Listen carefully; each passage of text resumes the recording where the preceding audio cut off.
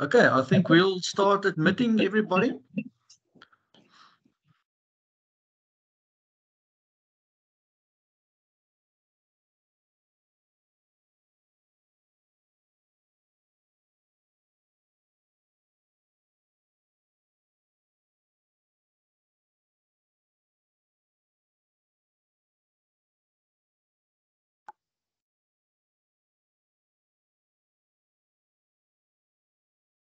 I'll say good afternoon. I see we already have a couple of people who's sitting in the lobby and are joining.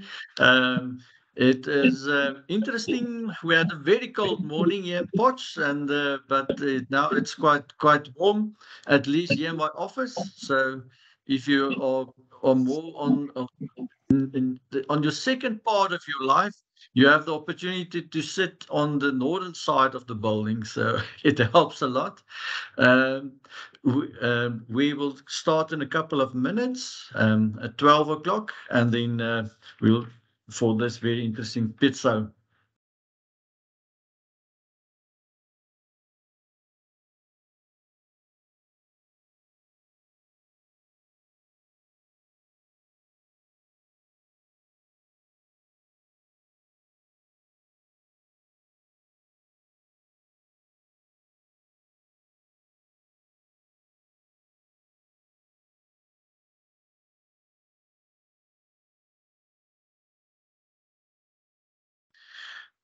I'll say, I, Isa, nice to see you. I see you still muted.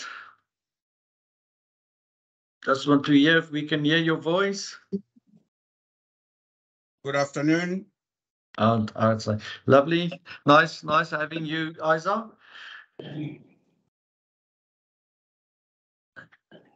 Okay, everybody, yeah. It seems it's 12 o'clock here in Potchefstroom. The reason why I'm very particular on the timing is we have two things on the agenda today. Firstly, the fourth Pitso of the Northwest University Business School. We will have what we call a mid-year economic and business outlook. We have a very esteemed panel of experts who will be addressing you. But we will also be releasing the Northwest University Business School's Policy Uncertainty Index for the second quarter of 2023. And this is embargoed until 12 o'clock on the 30th. So it's now official that I may refer to it. Otherwise, I might get into trouble with Prof Raymond. But without me saying too much, welcome everybody. We have some very interesting people attending.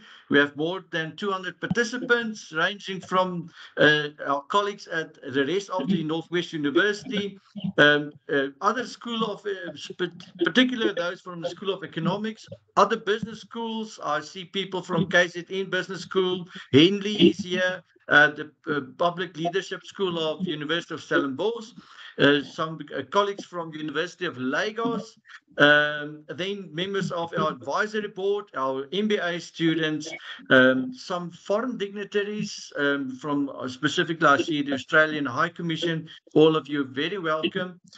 Our chair for today will be Mr. Ryk van Niekerk, as you know, a well-known award-winning financial journalist and MoneyWeb editor. Ryk will ask all the questions today. And then on your panel, as I said, Mr. Isa Mslanga, Chief Economist and Head of Research at RNB. Prof Raymond Parsons, economist and the chair of our advisory board. Mr. Tino Nondada, founder and director of Waymaker Global Trade Solutions, and Ms. Mamelo Batinka, chief economist at FNB. Welcome, all of you. We are looking forward to this event, and Ryk, over to you. Yeah, good afternoon, everyone. It's 1 minute past 12. And yeah, I think today's topic is incredibly relevant. Our economy is facing many economic challenges. And I think this platform may offer some really good insights regarding the state of our economy and how we can tackle some of the changes. We have challenges. We have a really great panel today, and I'm really looking forward to robust and constructive debate. And hopefully we can offer some positives because currently in South Africa, my perception at least, there is a lot of negativity. And most of it stems from Eskom's inability to provide adequate electricity to the economy. It's costing us billions every year. Businesses are being disrupted, and they have to invest in unproductive assets such as their own generators and solar solutions. And of course, that perpetuates the negative sentiment and an increased focus on cash preservation, especially within the private sector. And then, there are so many other issues facing us as well. We see a deterioration in policy certainty, and Prof Raymond Parsons will take us through his policy uncertainty index, because I read it, and it is definitely not good reading. And all of this may also stem from the significant distrust between the private sector and government. It seems to be increasing. We see a lot of crime and corruption, and these issues destroy business and investor and consumer confidence, and it must be addressed aggressively. And it may even lead to an even greater threat of South Africa's fiscal position deteriorating further. And this, of course, will lead to much pain in the future. Now, we need a growing economy to address structural problems. And the current situation will continue to put the brakes on any meaningful growth. And some of our main structural problems are the record high unemployment rate, the inequality in South Africa, which is actually increasing, widespread poverty. And the deterioration of these structural issues will possibly threaten social stability, which I think is a massive risk. But Prof.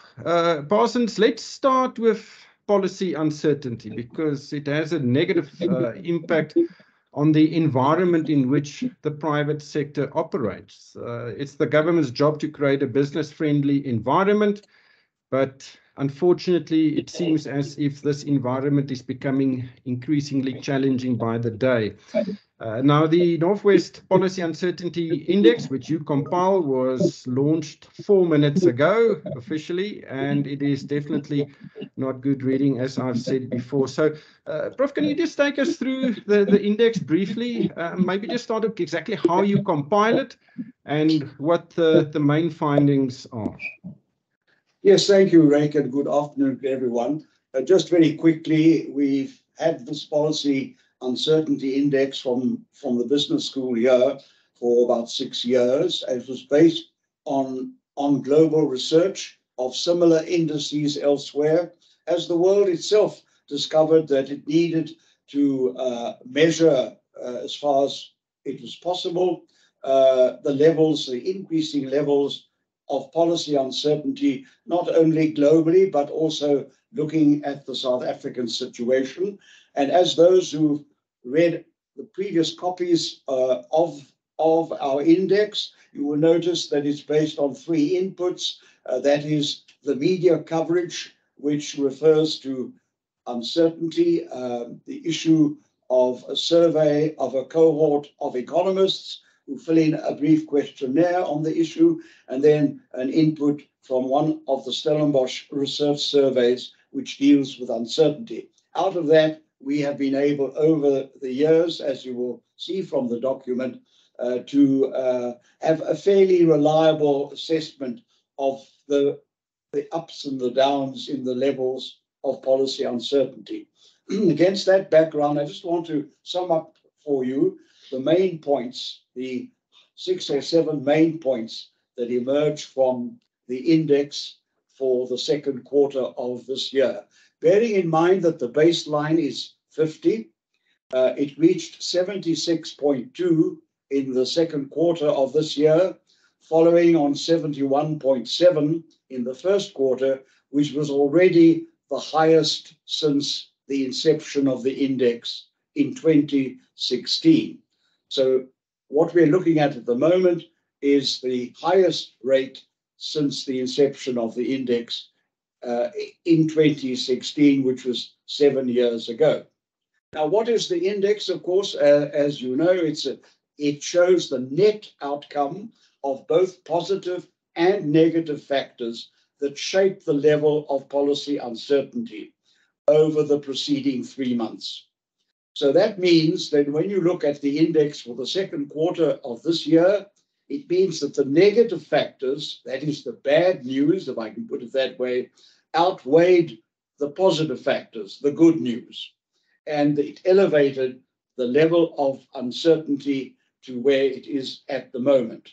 Now, what has driven it? Well, both global and domestic factors are responsible.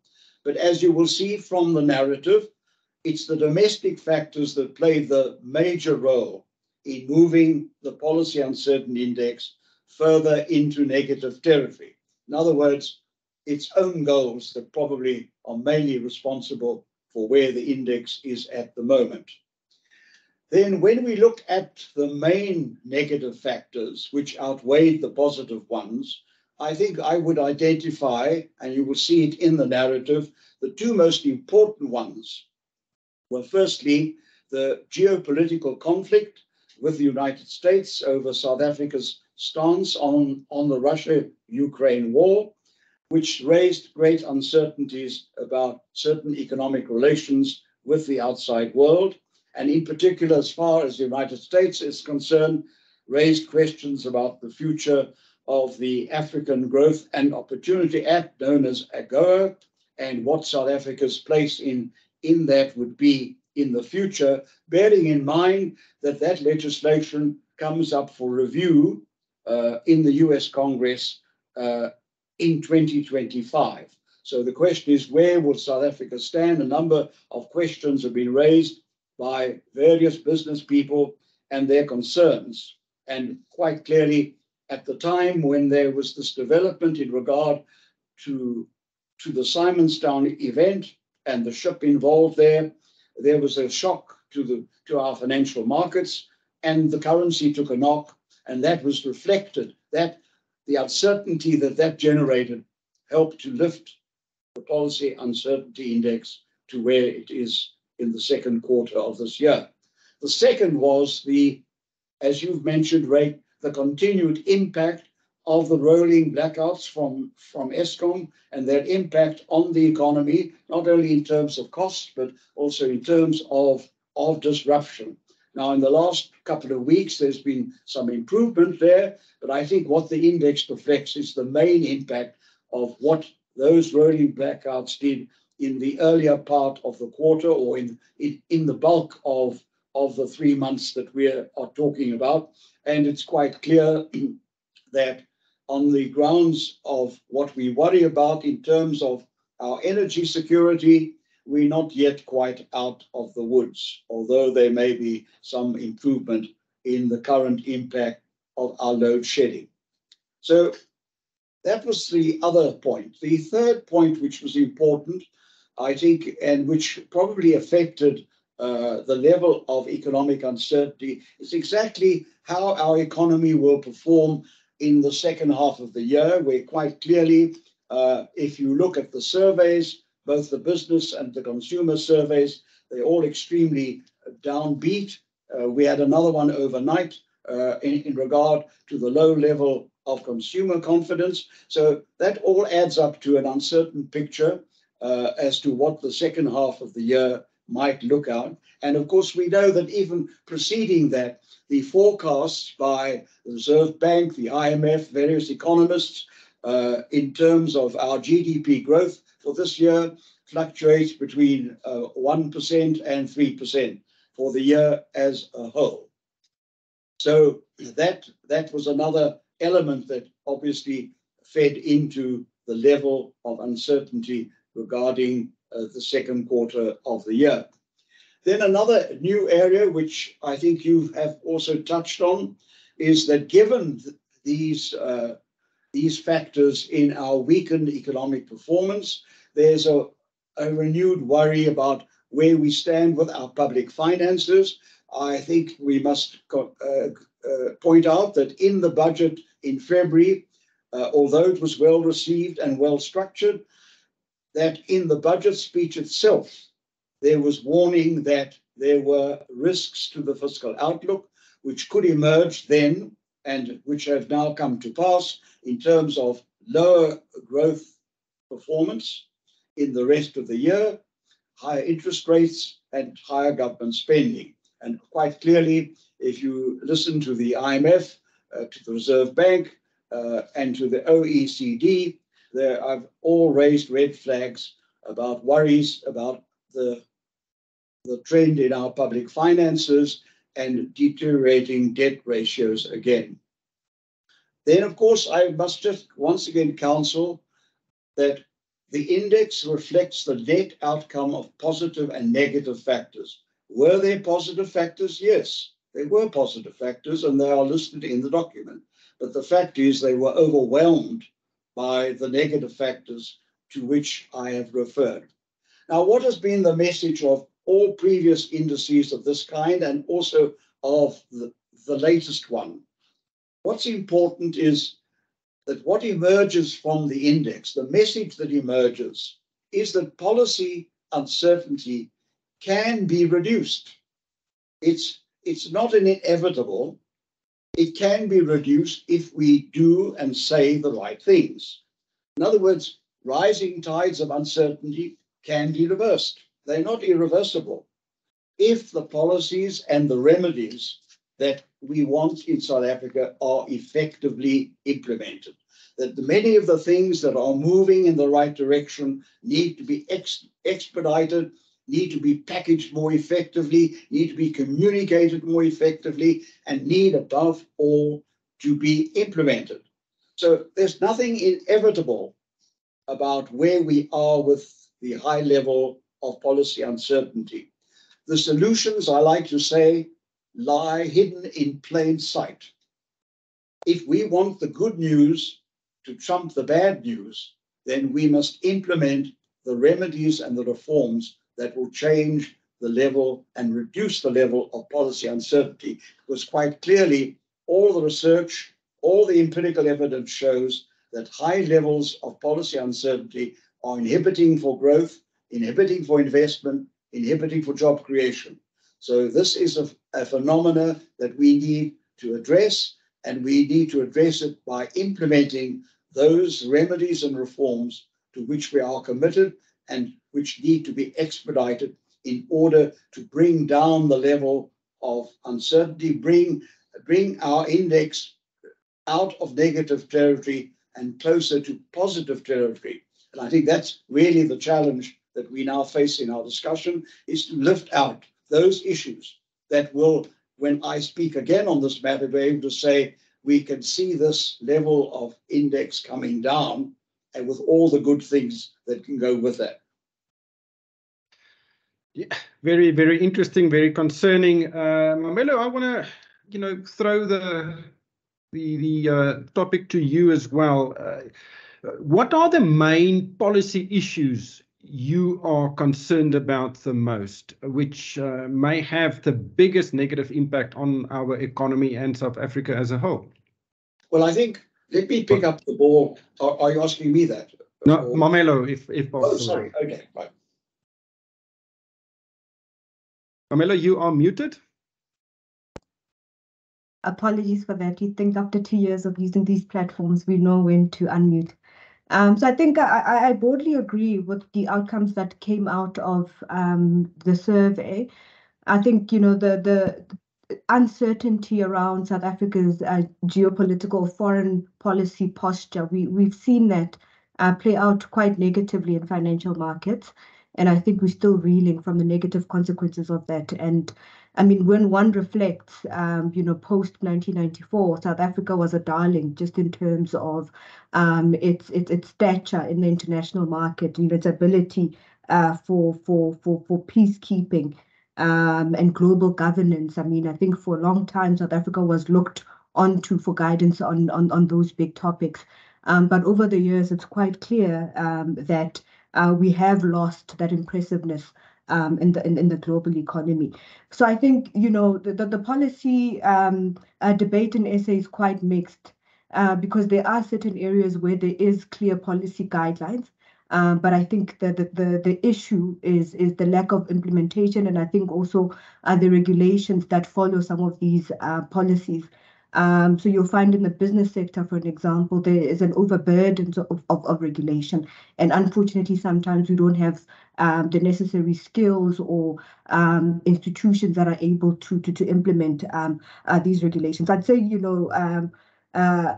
we need to be quite clear on our foreign policy posture. I would say for me right now, that's the most pressing one. And I guess the others really, for me, really speak to implementation and the regulation around the policy rather than the policies in itself. Isaiah, implementation, I think let's talk about that, because that has been a problem for many, many years. In many ways, the government has had relatively good policies, but they have not been implemented. And that creates distrust, it creates negative sentiment, and there's a massive opportunity attached to that negativity. How do we solve the implementation problem? It's not an easy one to solve, but I think it should be one of the top priorities to accelerate the proper implementation of existing policy. Thank you so much. And absolutely, you are right.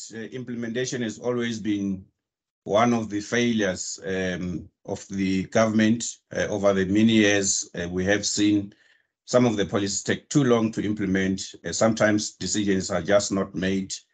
And if you look at what's happening currently with electricity, it's something that has been with us for nearly just over 15 years, something that has impacted economic growth and employment and the social fabric of society, yet we still didn't take the right decisions. But we have also seen within the public sector in particular, a flow of skills out into the private sector, which means there is quite a significant skills gap, but we have also seen the capability that exists in government also reduce quite significantly, such that the implementation of some of the projects around infrastructure are just not done because of the lack of capability, which is something that cannot be solved quickly, which is where business has also extended a hand to say, we can second some of our people into public sector to try and help out.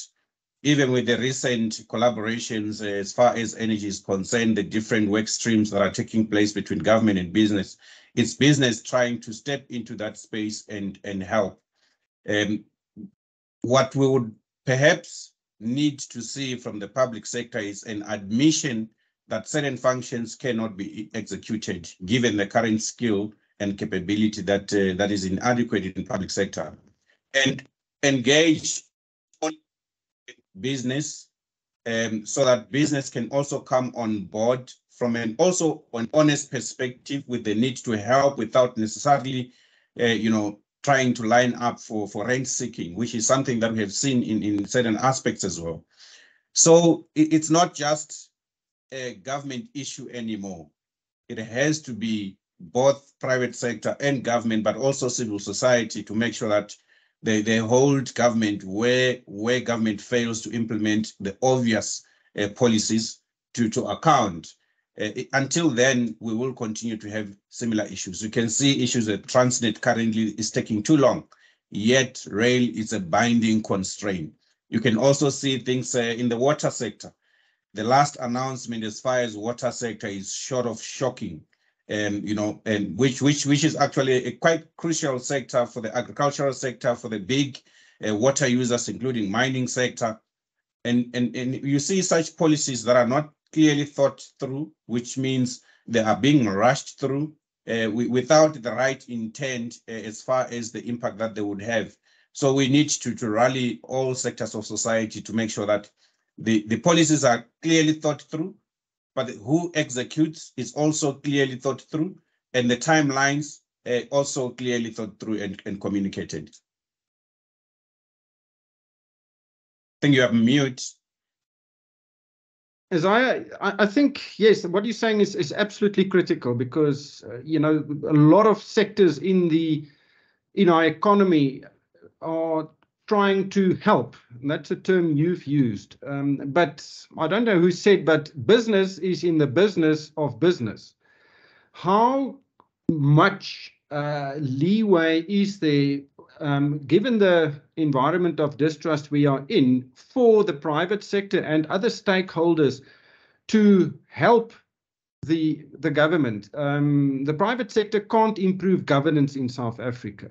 And there is obviously clear socialist policies within the ruling party and government. Is that the key solution which you think could accelerate growth, hopefully in the short to medium term? Look, primarily, yes, I agree with you. Business is in the business of doing business and doing so profitably. That's why businesses exist. But they also, in the process of making profits, they also contribute to making society better. It is a function of business as well in the process of making profits. But I would not think that gives a leeway for business to fold its hand and say, this is not our function, because the operating environment within which business operates, there is an intersection with public sector. There are prerequisites that needs to be there as public goods for business to operate efficiently. And if those prerequisites are not there, business cannot fold its hands and say they don't get involved. But also, if you look in terms of the last 10 years, yes, public sector have been a lot corrupt, but on the other side of some of those transactions have been private businesses, consultancies, that contributed to weaken state institutions. So as business, we also need to self-reflect and say, where should we correct to make sure that governance is done properly wherever business interacts with the state? We have to adhere to the highest standard of governance. Private sector has a role to contribute in that. And until such a point that there's this recognition, we are always going to see a pointing of fingers to public sector, but we are not going to be self-reflecting on what's the contribution that the private sector makes into that process that we have seen in the last 10 years. Yeah, excellent. Tina, I think it's a very important point that we need to reinforce. We complain about policy uncertainty. One way to reduce it is for government and business to work together to help reduce that uncertainty. And certainly some of the more recent initiatives have been driven by a sense of urgency that we can't go on not knowing what might happen next, and that therefore government and business must work together in an effort to reduce uncertainty among several things. And that's a very important collaboration that we can then say, if you want more predictability in what the government may do next, you had better cooperate and give advice and give support. And that is the unusual set of circumstances in which South Africa finds itself, and which both business and government must respond to the unique challenge of working together in South African circumstances, among other things, to reduce uncertainty. Maybe if I can add one small point on this again. What Yep. we have seen in the last decade is so much is visible that is going wrong, but because it has not yet hit the bottom line of many businesses, no one wants to say anything to government to say, hang on, guys, things are not going well, until the very last point when it starts becoming too critical. I think we need to see a change in that approach so that things are pointed out immediately as they happen, so that there can be self-correction before the negative consequences. And I think the response of business, as far as the diplomatic fallout that we have seen and the potential for being kicked out of AGOA, is one example. It was quick, and hopefully we will see more of that quick response where things are going wrong before we see negative consequences in the economy. So maybe just to add, I know we want to step on. Sorry, can we give Tina? Tina, please enter, because you're a trade specialist. You know what the impact is of policy on actual trade, which is the lifeblood of any economy. What are your comments? Yeah, so 100%. The importance of government, public sector working together with private sector is the only way that we can unleash the potential that we have on our exports. And right now in South Africa, we are not doing that. And if we take the agriculture sector, for example, which makes up quite a strong sector for our exports, we've got this massive problem where if you take, let's take the livestock industry, for example, where over 60% of the cattle that are in South Africa are actually under the care of small-scale farmers, smallholder farmers, okay? And now you're looking at about 30 million cattle that we have in South Africa. Now, when over 60% is in the hands of the small-scale farmer, the small-scale farmer does not qualify to export. They do not meet export readiness standards. And that's not because of anything in the way they raise their animals, but it's because of access to facilities, such as your feedlots, traceability solutions, and the right animal husbandry practices that need to be done to actually get that. Now, if government could work together with private sector to create these solutions, because government does have access they do have access to these infrastructures that we're speaking about. The only problem is about changing the culture and incorporating these people. But we've seen in South Africa that the idea of inclusive growth is something that has been adopted within the private sector industry. And this is from your mega farmers to your small scale farmers. I myself, Rake, I'm sitting in East London now at a China-South Africa Business Forum. We are talking about cattle, talking about exporting 4,000, 5,000 cattle a month. Now, in order to do that, you need to be able to reach out to that outstanding 60%. But that outstanding 60% needs to be upscaled. They need to be taken to a certain level where they can meet export readiness standards. With public sector, that can become a lot less complicated and a lot less costly for our small-scale farmers, etc. And this expands across other industries as well. I just thought agriculture would be a good one in this instance. But we see for the exports to increase South Africa's exports to reach our optimal export levels, there's no ways it can be done without concession between public sector and private sector, inclusive growth. And right now we are not doing that, and we are missing out on those opportunities. Yeah, Tina, I think you're 100% right.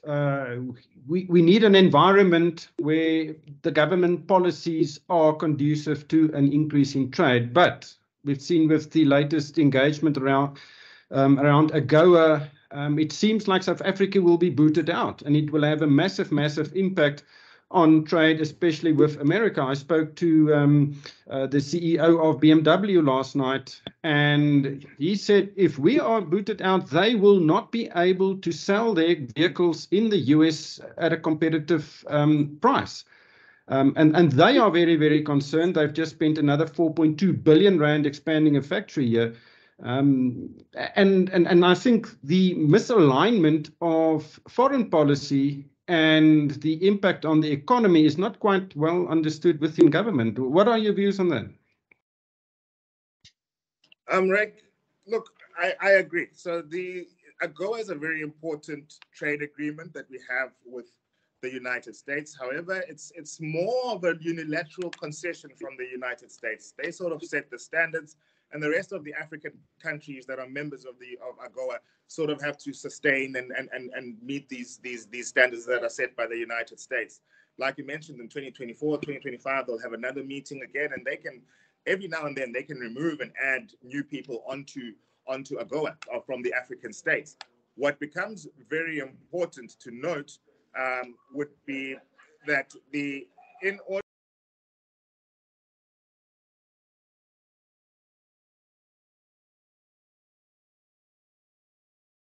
I think we've lost Tina there for a moment. Sorry, Ray. My apologies for that. So I was saying, what becomes important is to understand what AGOA actually means for us, and it's the slashing of duties. So what you would have possibly paid 10% to have imported into the United States, because of AGOA now you find yourself in a situation where you pay 0%, so it becomes duty-free, for example. So from a competitiveness perspective, it does put certain industries under strain if you take us out of AGOA. But people mustn't be under the impression that now it ends trade with the United States of America. The United States of America is still our second largest trading partner, within 2022 recording $10.9 billion US. The industries in South Africa that are affected by if AGOA is taken, if we are removed out of AGOA, is largely the automotive industry and the mining industry, your precious metals and pearls. That's the industries that are affected the most. But and that's why you'll find BMW saying that this is something that concerns them, and definitely because they are automotive industry. I think they did about $1 billion in 2022, the automotive industry out to the US. So it doesn't mean that now no one in the United States is going to want to import from South Africa. What it means is that importing from South Africa will no longer be as market competitive as it was before, due to the preferential trade terms that had been put in place by AGOA. So it is a problem, Ray. It is something to be concerned about, but these are things we deal with all the time. International trade relations are always changing on a consistent basis. You're seeing with the Russia-Ukraine war, what that's done to our maize, our grain industries, the urea fertilizer as well. That shook up the entire, not just us, but the whole continent as well.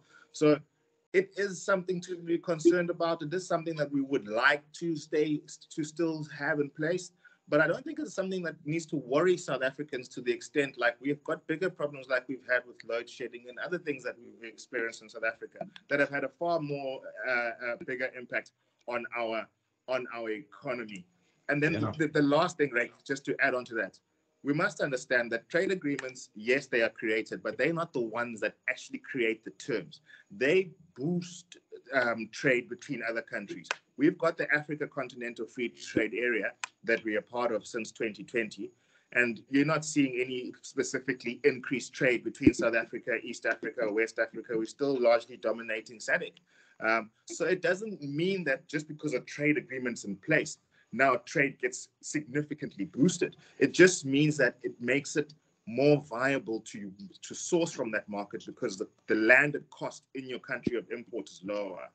Yeah. There are a few interesting comments in the chat box, and most of them refer to the relationship between the private sector and government. And Edward Adebe writes, the private sector should not adopt an overcritical attitude to everything that the government is doing.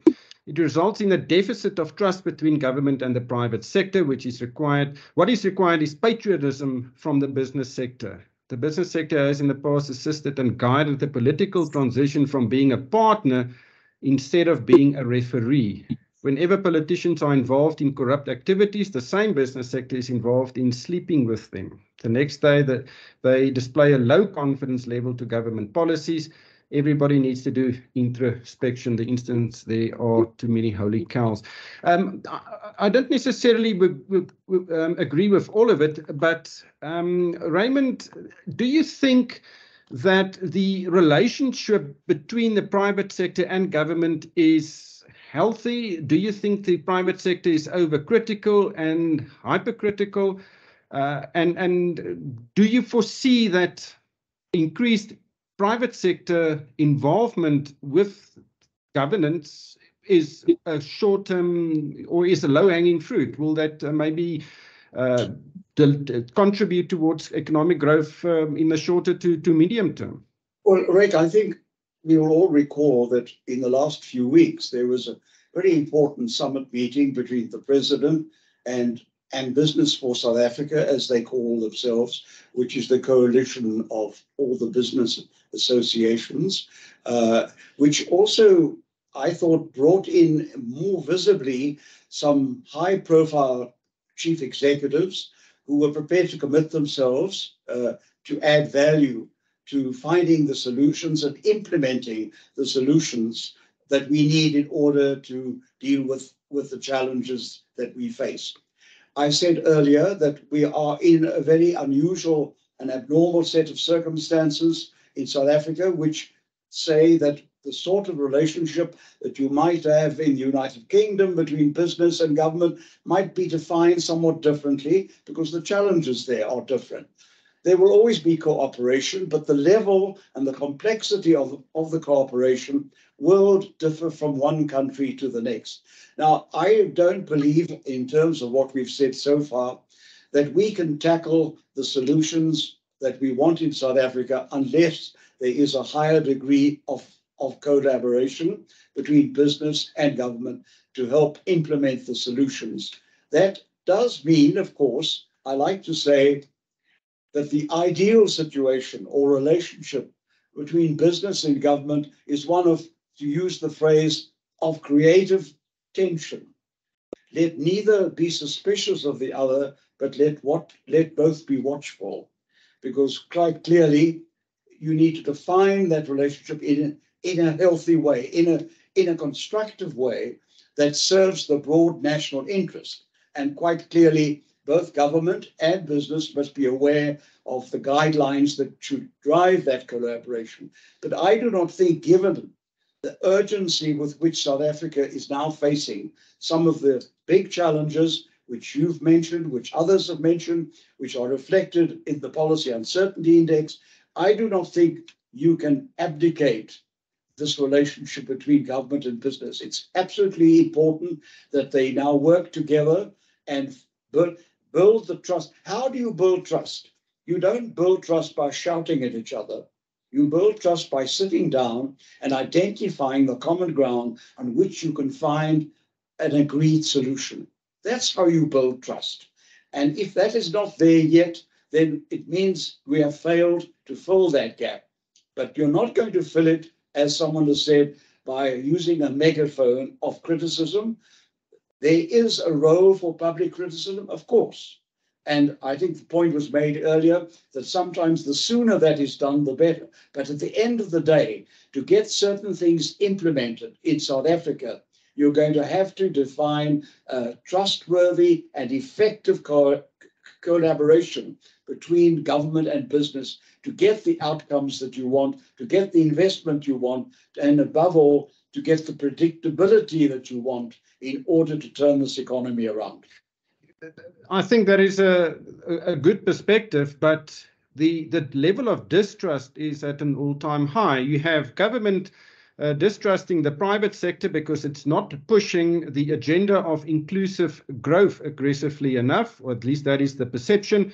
And the private sector accuses the government of not addressing core issues like corruption, crime, and implementing good policies. And those two views are miles apart. Do you think that the relationship between the two parties are in a healthy enough state to do what you've just said? But I made the point, why did we have the summit meeting of a few weeks ago with the president, where new dimensions were added? Yes, of course, there's a lot of frustration in business. Of course, there's a lot of impatience. Yes, of course, there's even disinvestment because of disenchantment. We accept all that. But the fact is that there was an effort made a few weeks ago to recognize the urgency facing both government and business to turn the situation around. Is there distrust? Yes, there is distrust. But my argument is that what the track record of all countries tells you, you close the trust deficit by working together. There may be some successes, there may be some failures, but unless you invest in the social capital of working together, you will not identify and implement the solutions. So yes, I think there are reality tests we have to apply, but the way you manage those realities is to collaborate and find the common ground. And if you fail the first time, you've got to do it the second time, because there are huge challenges that for South Africa can only be met if there is a building of trust and collaboration. And when you talk about consultation, it mustn't mean be reasonable, see it my way. There is common ground which requires compromise and a pragmatism. In other words, what you want is less ideology and more pragmatism in finding those answers. And for that, you have to forge the necessary constructive relationship between government and business in order to address the challenges that this country is facing at the moment. Mamelo, I think this seems to be a common theme, but do you see low-hanging fruit which could improve the situation and the prospects we have? Sure. I mean, I'd just like maybe to just add on to the conversation that's being had, because I think it also just segues nicely to the question that you've just posed. I mean, I think ultimately, the private sector creates jobs and they pay taxes. So you need a healthy and vibrant um, business environment for that sector to thrive. We need to enable small and medium enterprises. So this collaboration between government and business is quite critical. And when we talk about low-hanging fruits, I mean, I'd like to point out to the crisis that we are all experiencing now, which is load shedding.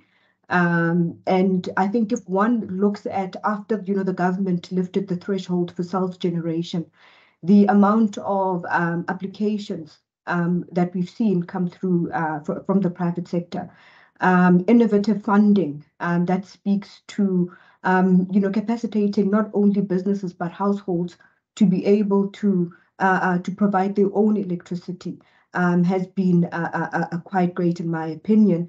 So whilst, yes, we are in the depths of, I think, quite intense load shedding, but when we look at some of these projects that are coming through, it strongly suggests to us that, by mid-2024, the intensity of load shedding should reduce quite significantly. And by 2025, I think, the stage 6 and stage 8 load shedding that we're experiencing now could potentially be a thing of the past. So I think, that private sector participation in ensuring or I guess providing solutions around load shedding has been quite critical, and government also listening to the private sector when they ask that the threshold be increased is a positive. So I think we tend to look at the things that are not being done, and we do miss sometimes, I think, some of the nuances in the background.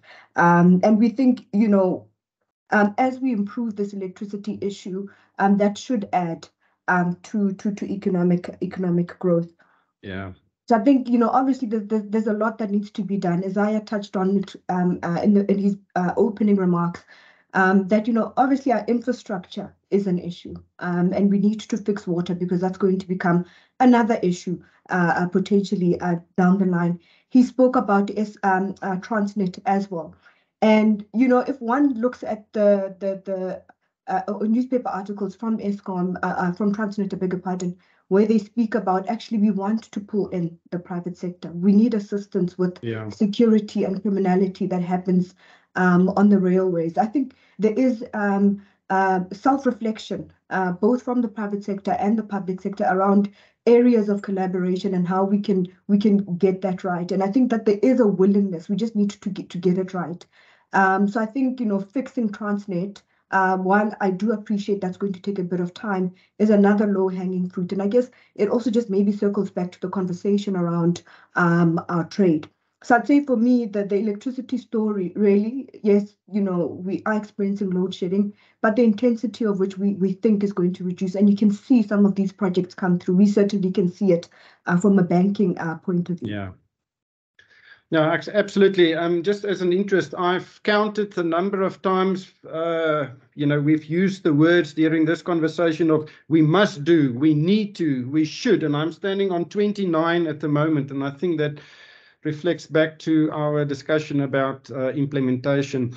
But time is not on our side. We've got about a quarter of an hour left. I would just let's talk about the fiscal position of South Africa, because the rising interest rate cycle was necessary, but it's becoming, in a way, really, really destructive of the economy.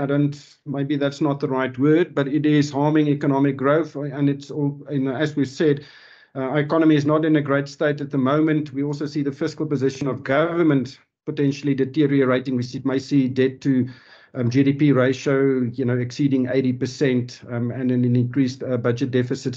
What are your views on the fiscal position currently within government, and how do you foresee the interest rate cycle play into trying to improve the economic growth levels we have? There's suddenly I reveal my position. I think interest rates should be lower, but what are your views? Look, I think obviously there are different views out there, but as far as monetary policy is concerned, it is faced with still quite high inflation. And if you look globally, they are also facing the same things. Food price inflation has been an issue. Energy prices have been an issue, all triggered by global events that have nothing to do with SA, even though we also have a fair share of our issues as far as the cost of electricity is concerned. But as far as fuel is concerned, it's nothing much that we can do about it. We just have to respond to it. Having said that, I think it's quite important to acknowledge that inflation, hates the poor the most, who do not have the ability to respond to it in a meaningful way because their incomes are quite limited. So it is important to bring inflation down. And the central bank, for all its troubles, they have limited instruments, which is the interest rates. So far, we think interest rates are close to peaking. There could be one or two more hikes in the pipeline. But if you look at the trajectory of inflation currently, which has surprised on the downside for 2 consecutive months, it suggests that we should be close to peak interest rates. But looking at the forecast for the SARB from the SARB itself, we also get a sense that we will not see quick interest rate cuts. It's going to take some time before we see interest rate cuts. That's the story of 2024. And this all obviously has an impact on growth to a decent extent. But our growth issues are not because of monetary policy is tight. Our growth issues are because of the structural constraints that we've been talking about. Lack of confidence in the economy, lack of energy, logistics, poor skills that we have in the economy. Those are structural that cannot be solved from a monetary policy perspective. On the fiscals, if we just look at Treasury's budget in February, it was during conditions where growth was expected to be about 1.2% or thereabout. We are no longer in that space. We are in a space where we are likely to be in a recession. If you look at the South African Reserve Bank's leading economic indicator, it has been contracting for quite a number of months. And historically, it has tended to be a good indicator for a recession that is coming. And indeed, we also expect that the economy is going to contract, though it's a marginal contraction. So we are in a recession. Yes, forecasts differ. The SARB has 0.3. There are some in the market that have slight negatives. The major point is growth is stagnant. The difference between a 0.3 and a negative 0.1 or negative 0.2 is quite marginal, especially when you consider that in a post-COVID world, we have seen data revisions much more pronounced than before COVID. And also measurement errors are also much more pronounced now relative to before COVID because of the change in the structure of the economy. So we shouldn't be hung up on a 0.2% in the positive side as if growth is quite strong. We can even say a 0.4% is not strong growth. So we should not get a sense that the economy is growing because we are not seeing the response from an employment side. The QS data showed that we actually lost employment, jobs in the first quarter, despite the positive growth that we have seen. Yeah, I think it's an absolute miracle that we're seeing any growth at all, given the challenges we face. And I think it underlines the resilience of the private sector to operate within such an environment. We've got 10 minutes left. I want to move the discussion to next year's election because there are many views that a political change may change the trajectory of the country for the good or the bad. Just briefly, I'm going to start with you, Raymond, and briefly, what do you expect and do you think it will make a big difference? Well, I would like to leave that to the political scientists to look into their crystal ball. But what we can say as economists, I think, is that if you want good economics, you need good politics in any country. And so as an economist, you simply ask yourself, well, it's important for levels of uncertainty and for confidence, that there should be some degree of political stability, that one must have some idea of where the politics may go. I think it's inevitable, I can tell you from our global research, it is inevitable that prior to any election, you will find that levels of uncertainty will tend to rise. Whether it's in the United States or in Britain, where they have similar indices, they normally find there's a little bit of a spike prior to an election because there's a much toing and froing. I think what's important here will be, because once again, there's a new set of dynamics emerging in our politics, which was not there before. So that's an element of uncertainty. Where will the chips fall politically? Are we into, for example, coalition politics? What does that mean for economic policy at the national level, apart from what might happen locally? So I think the important point here is all one can say at this stage. I like to use the phrase that in South Africa, as in some other countries, the GDP is not only the gross domestic product, it's also the gross domestic politics, and often very gross. And I think the issue here is simply there are a number of unknowns. We as economists simply have to monitor it. We have to say, well, if this happens or that happens, what are the various political options?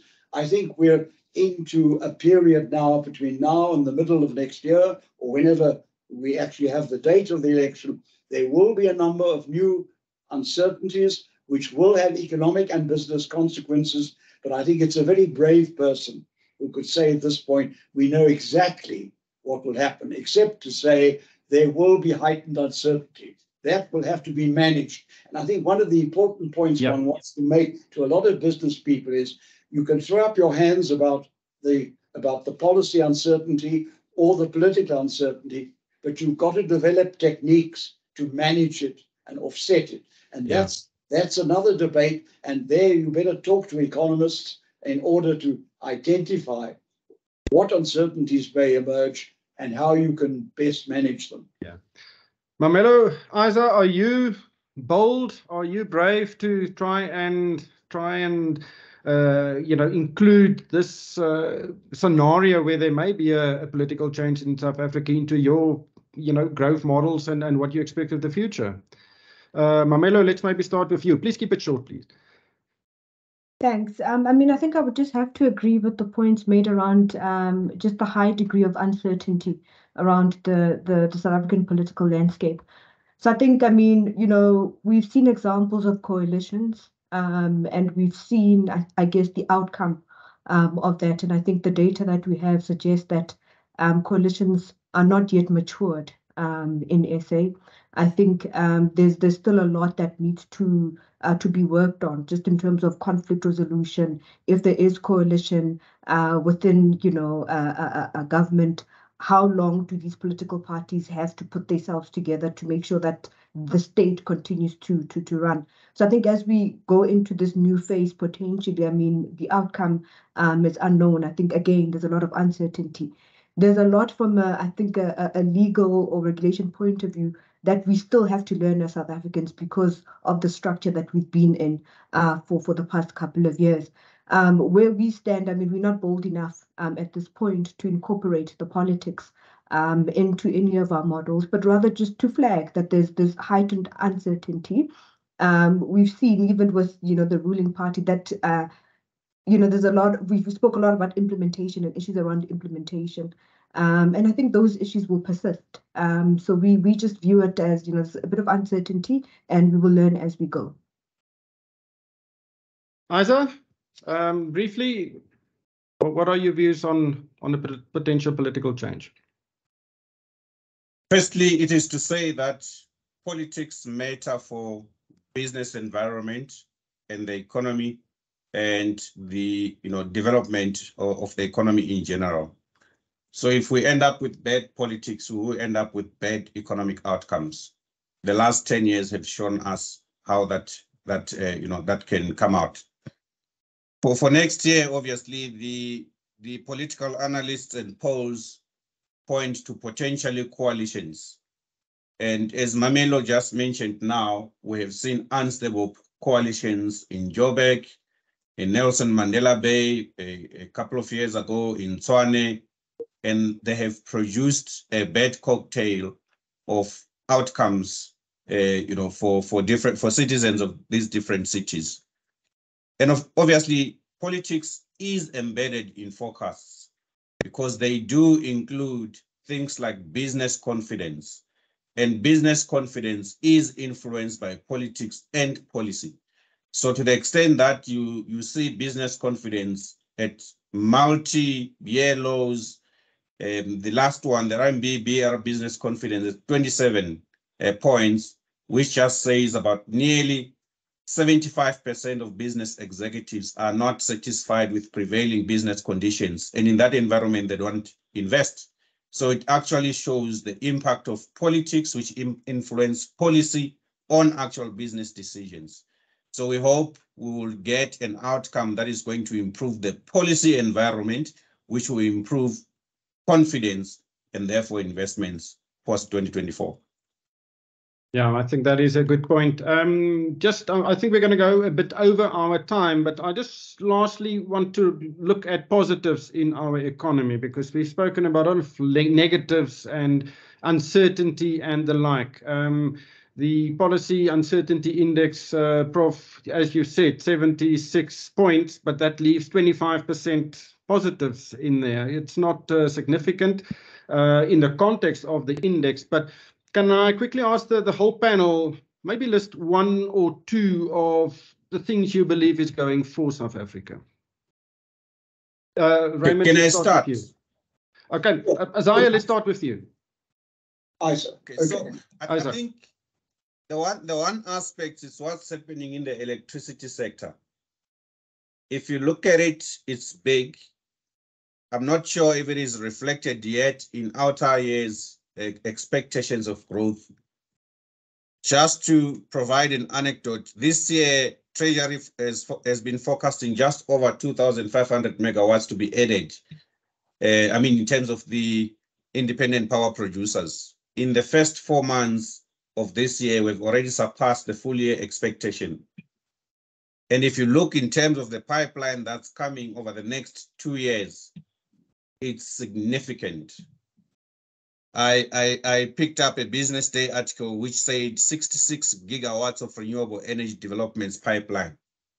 Now, if you consider that there is roughly about 20 billion rand required for each 1 gigawatt, multiply 20 billion by 66, that's the level of investment that we are likely to see in the coming years in renewable energy alone.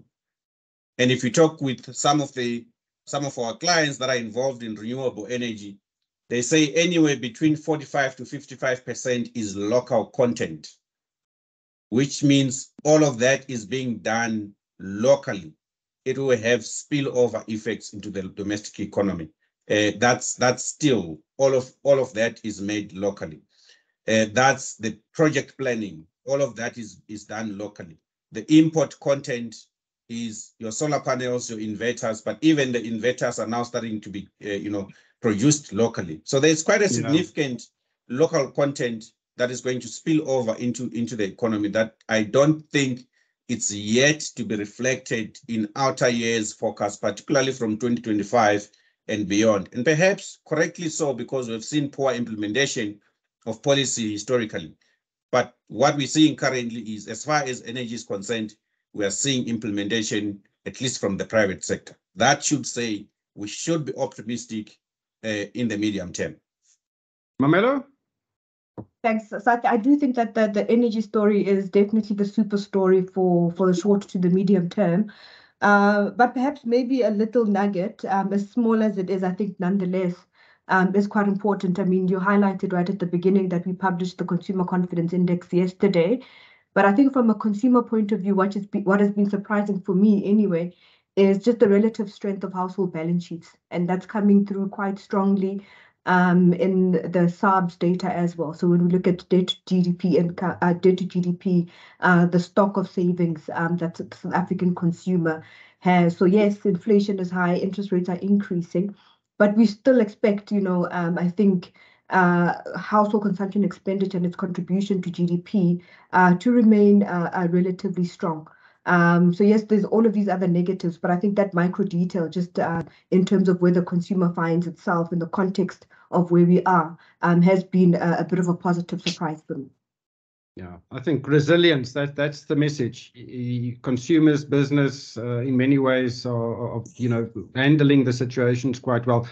Prof Parsons, you had the first word, also the last one.